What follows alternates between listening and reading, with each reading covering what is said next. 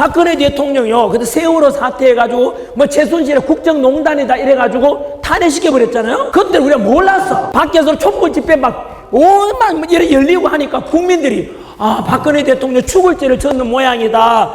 사람이 이렇게 되는 거예요. 세뇌가 돼 세뇌가. 그래서 결국은 뭐죠? 박근혜 대통령 결국은 그 언론들이 부추기고 촛불 세력들이 막 부추기는 바람에 결국은 8대 0으로 헌법재판소의 재판관들이 그냥 왜냐하면 국민들 여론이 어땠는지 아시죠? 언론에서 부추기면 사람 따라가요. 그래서 그 당시에 박근혜 대통령 지지율이 10%가 안 돼요. 그리고 90% 이상의 국민들이 원한다 이래가 그냥 탄핵을 시켜버렸던 거예요. 지금 돌아보세요. 속았다는 생각 안 들어요? 왜냐하면 여러분 언론이 얼마나 무서운가 하면은 이번에 또 이거 알게 된 거죠. 뭐냐 하면 여러분 이거는 참 놀라운 사실이 있어요. 우리 세월호 사태 때문에 그 많은 학생들이 안타까운 희생이 있었잖아요. 너무나 우리 가슴 아팠잖아요. 그리고 이태원 참사로 인해서 또 많은 학생들이 희생이 있었잖아요. 분들이 마음 아프잖아요.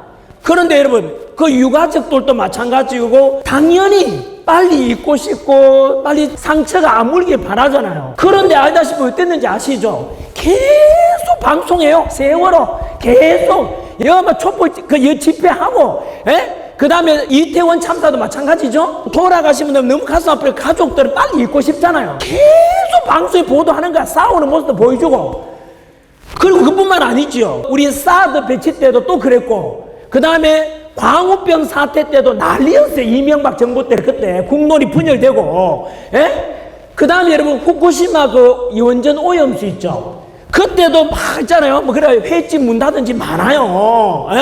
우리나라 국가 예산이 그것 때문에 1조 6천억이 낭비됐어요. 그런데 알고 보니까 여러분 더 충격적인 게 뭐냐 하면은 그 민주당이 주로 그렇게 했거든. 촛불 집회 막 하고요. 그 뒤에는 누가 있었죠? 언론이 같이 동참했어요. 막 그러니까 국민들은 계속 언론이 보도되는 거 보니까 그렇구나 싶었잖아요. 근데 알고 보니까 그 언론하고 민주당이 촛불 집회 막 해체해서 막 그래 혼란스럽게 했는데 그 뒤에 누가 있었는지 아세요? 언론과 민주당 뒤에 민주노총, 민노총이 있었어요. 정조조가 있었어요. 그런데 여러분 작년에 드러났지 않습니까? 뭐냐 하면 이번에 또 드러났죠. 윤석열 대통령 탄핵 계기로 해가지고 대통령 측 변호인단은 김계리 변호사가 그 밝혔어요. 그런데 아무 언론에서도 그걸 재보도를 안 했어요. 그 내용이 뭐였는지 아시죠? 바로 뭐냐 하면은 윤석열 대통령께서 비상기업 선포할 때 우리 이런 말이 있었잖아요. 야당의 민주당의 29번의 탄핵 그리고 부정선거 의혹에 또는 관리 부실의 선관위 거기다가 반국가 세력이 너무 많이 뻗쳐 있다 그랬잖아요. 근데 그때만 하더라도 사람들이 무슨 뭐 반국가 세력이냐 이랬잖아요. 그리고 우리 지금 요즘 어떤 시대인데 간첩이 어딨나 라고 생각하는 사람이 많아요. 그런데 여러분 금방 말씀드린 대로 그 대통령 변호인이나 김계리 변호사가 뭘 밝혔느냐 하면 공개를 한 거죠. 관심을 가지게 된 거죠. 뭐냐 하면은 바로 놀랍게도 작년에 민주노총, 민노총의 간부가 간첩죄로 잡혔잖아요. 15년이니까 선고받았는데 그 내용이 뭐냐 하면 밝혀진 겁니다. 지금도 인터넷 가서 검색하면 나옵니다. 민노총 간부 있잖아요. 북한 지령문 그거 보면 나와요. 뭐냐 하면은 금방 제가 읊었던 거 있죠. 돌아보니까 세월호 사태 때 혼란을 부추겨라. 이태원 참사 때 촛불 집회하고 연계해서 혼란을 부추기고 윤석열 정부에 혼란을 주게 해라. 그리고 윤석열 대통령 가족들 영부인 문제를 계속해서 해라. 혼란시켜라. 그걸 알고 보니까 그게 이름 뭔지 아세요? 북한에 내려준 지령문이에요. 여러분 이게 간첩이란 뜻이에요. 그러면은 결국은 그 북한에서 내려준 지령문을 받은 민주노총, 민노총 간부야. 민노총은요, 노동자를 위한 단체를 하지만 그 속에 노동자를 위하는지는 참으로 의구스럽습니다. 간첩질을 하고 있잖아요. 간첩이 잡혔고요. 그리고 민노총이 그 배후에 있는데 그 앞에 가보니까 뭐 했죠? 민주당이 있잖아요. 민주당과 언론이 한편이 된 거예요. 결국은 이게 민주당이 답변해야 됩니다. 뭐냐면은 우리가 뭣도 모르고 촛불 집회 가는 사람 많잖아요. 그 사람들은 순진했던 거죠. 그러나 이렇게 해서라도 그 유가족들 위로가 될까 싶어서 나갔는데 알고 보니까 그 혼란을 부추기라고 했던 배우가 북한 공산당이고 민노총이고 정교조였고 그리고 민주당이 한 통속이었던 거야. 이거는 민주당이 답변해야 된다고. 여러분 이런 이야기를 전환길이 아니면 말하는 사람이 없어요. 방송에서 보도합니까 안 합니까? 안 하잖아요. 그러니까 박근혜 대통령도 그 언론 때문에 결국은 탄핵돼 버렸던 거야. 결국은 그만큼 언론이 중요한데 이 이야기를 왜 꺼냈느냐? 바로 펜 마이크. 이게 진짜 언론입니다. 이게. 그러면 뭐라는지 아세요? 전환길이가 이런 이야기 하면 저 백도 이야기 했잖아요. 근거 없는 이야기 아니잖아요. 북한 지령문에 나와 있단 말이에요. 예?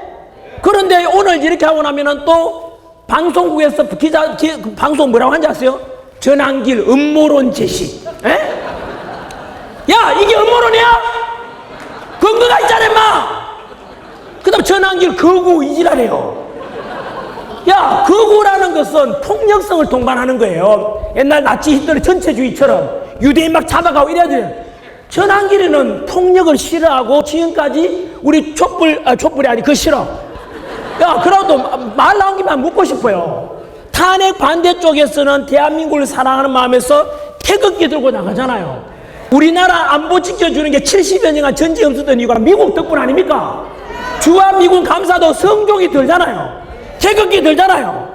자랑스럽잖아요. 그런데 탄핵 찬성 쪽에는 언제나 아까 말씀드린 대로 이태원 혼란 부추겨라, 후쿠시마 혼란 부추겨라, 촛불 들잖아. 그들은 촛불 들고 이번에 그래도 촛불 안 들대요. 쪽팔려서 그런 것 같아요. 너무 집회 인원도 적고 하니까. 또 언론에서는 전환기를 거구라 그래. 금방 말씀드렸잖아요. 우리 촛불 이번에 촛불 싫다니까 자꾸 나오네. 탄핵 반대적 집회, 그리고 우리 윤석열 대통령 직무 복귀시켜서 자유민주 수호하자고 했지 않습니까? 그 태극기 흔들고 성조 흔들고 그렇게 많은, 저도 오늘 7번째 집회했는데 폭력이 있습니까 없습니까? 단 하나도 없어요. 오직 평화. 우리는 화. 제가 광주 집회 갈 때 광기정 민주당 그 시장이 폭력 갈등 막 부추기더라고요. 그런데 저는 우리는 서로 화합합니다. 왜냐하면 그걸 제가 믿는 크리스찬으로서 성경적 가르침이 언제나 화평케 하는 자가 되어라, 온유한 자가 되어라, 늘 이렇게 배웠기 때문에 그게 저는 당연한 거예요. 이렇게 평화를 사랑하고 화합을 사랑하고 대한민국 더욱더 자유민주주의가 발전해야 되고 신앙의 자유가 있고 종교의 자유가 있고 개인의 자유와 풍요롭게 넘치는 이런 대한민국 공정과 상식을 하는데 이 가치관이 무슨 거구입니까? 답변해보라고! 이제부터 전환길 보고 거구라는 언론사가 있으면은 극좌빨입니다. 극좌빨. 왜냐하면 그들이 워낙 극좌편에 가 있으니까 그들이 볼 때 전환길이 거구로 보이는다는 뜻이에요. 저는 상식을 존중하고 그 다음에 언제나 공정과 법치를 존중하지 않습니까? 이런 가치관이 뭐 거구입니까? 그래서 제가 여기까지 말씀드린 건 좀 길었습니다만은 지금 윤석열 대통령의 비상기업 계기로 해서 드러난 것 중에 큰 게 하나가 바로 언론의 문제점을 정확하게 우리가 캐치했다는 거예요.